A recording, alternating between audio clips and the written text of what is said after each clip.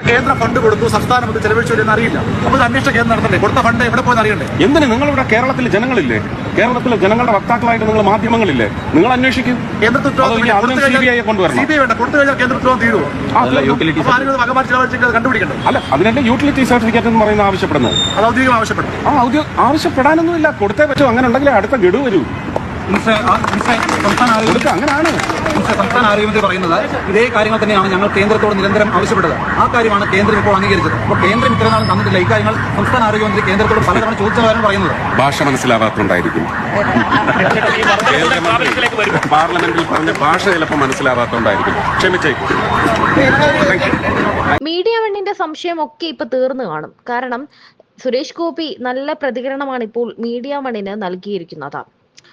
ആശാ വർക്കർമാരുടെ സമരത്തെ ആരും താഴ്ത്തി കെട്ടണ്ട എന്ന് കേന്ദ്ര സഹമന്ത്രി സുരേഷ് ഗോപി പറഞ്ഞു കഴിഞ്ഞു.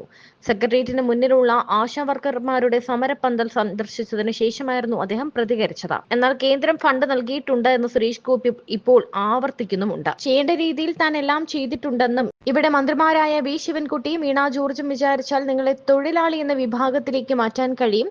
പക്ഷേ സംസ്ഥാനത്തിന്റെ സാമ്പത്തിക സ്ഥിതി അറിയാവുന്നതിനാൽ താൻ അതെടുത്ത് അവരുടെ തലയിലേക്ക് വയ്ക്കില്ല. ആ ബോധം വച്ച് രാഷ്ട്രീയം കളിക്കാൻ താൻ നിൽക്കില്ല. പക്ഷേ നിങ്ങളോട് ഡൽഹിയിൽ പോയി സമരം ചെയ്യാനും കൂടെ വന്ന് സമരം ഇരിക്കാമെന്നും മന്ത്രി പറഞ്ഞത് മോശമായി പോയി. ഒരു മന്ത്രിക്ക് അതൊരിക്കലും കഴിയില്ല. അപ്പോൾ അത് പറഞ്ഞ് നിങ്ങളെ വഞ്ചിക്കുകയാണ് എന്ന് സുരേഷ് ഗോപി പറഞ്ഞു. മീഡിയ വണ്ണിനും ചോദ്യത്തിന് കനത്ത മറുപടി തന്നെയാണ് അദ്ദേഹം കൊടുത്തിരിക്കുന്നത്.